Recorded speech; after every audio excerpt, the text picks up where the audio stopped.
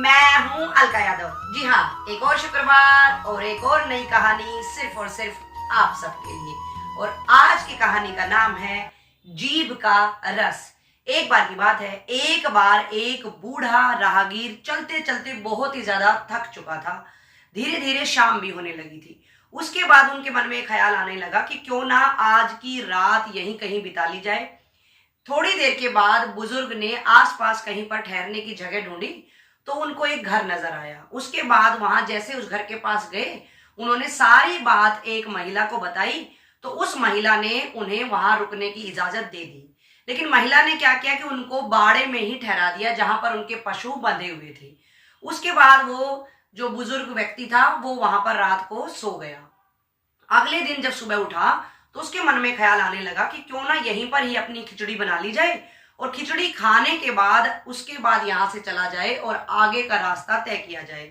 जैसे उसके मन में विचार आने लगे, उसके बाद वो महिला बाड़े में अपने पशुओं का कुछ काम करने के लिए आई हुई थी। तो बुजुर्ग व्यक्ति ने महिला से बर्तन मांग लिया ताकि वो खिचड़ी को वहीं पर बना सके।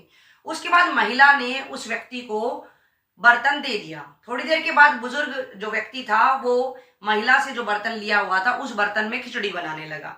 उसके बाद खिचड़ी बनाते बनाते पता नहीं वो क्या सोच रहा था कि अचानक ही उसने महिला से बात करनी शुरू कर दी और उस व्यक्ति ने महिला की जो एक भैंस थी उसकी तरफ इशारा करते हुए कहा कि आपकी ये भैंस तो बहुत ज्यादा मोटी है और जो बाड़े का दरवाजा है वो बहुत ही ज्यादा छोटा है। अगर ये मर गई तो इसको इस दरवाजे से कैसे निकाला जाएगा। सिर्फ इतना सुनना था कि महिला को बहुत ही ज्यादा गुस्सा आ गया। उसको बहुत ज्यादा दुख हुआ कि मेरी भैंस के बारे में ये कैसे विचार व्यक्त कर रहे हैं। लेकिन महिला बार बार मन में सोचने लगी कि मुझे शांत रहना चाहिए, बुजुर्ग व्यक्ति है, इनको कुछ नहीं कहना चाहिए और थोड़ी देर में ये यहाँ से जाने वाले हैं। ऐसा सोचकर वो महिला बिल्कुल ही चुप रही। उसके बाद वो घर की तरफ चली गई। थोड़ी देर के बाद वो अपनी खिचड़ी को बना रहे थे और खिचड़ी आधी ही बनी थी कि वो महिला फिर से अपनी बाड़े में आई कुछ काम करने के लिए। तो उस व्यक्ति ने क्या देखा कि महिला ने जो हाथों में चूड़ा पहना हुआ था उसकी तरफ उसकी नजर गई और उसने तुरंत ही कुछ भी नहीं सोचा और महिला को कहा कि आपने जो अपने हाथों में चूड़ा पहना हुआ है ये तो बहुत ज्यादा कीमती लगता है।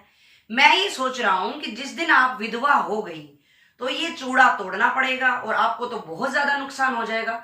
सिर्फ इतना सुनना था कि उस महिला को बहुत ज्यादा गुस्सा आ गया। उसने तुरंत ही क्या किया कि वो जो खिचड़ी थी वो बुजुर्ग व्यक्ति के गमछे में पलट दी, अपना बर्तन वापस ले लिया, बुजुर्ग को भला बुरा सुनाया और तुरंत ही उसी क्षण उसी पल उनको अपने घर से निकाल दिया। उसके बाद बुजुर्ग व्यक्ति ने अब क्या करना था, वो अध पकी जो खिचड़ी थी गमछे में डाल दी थी उसको उठाकर वो चलते रहे।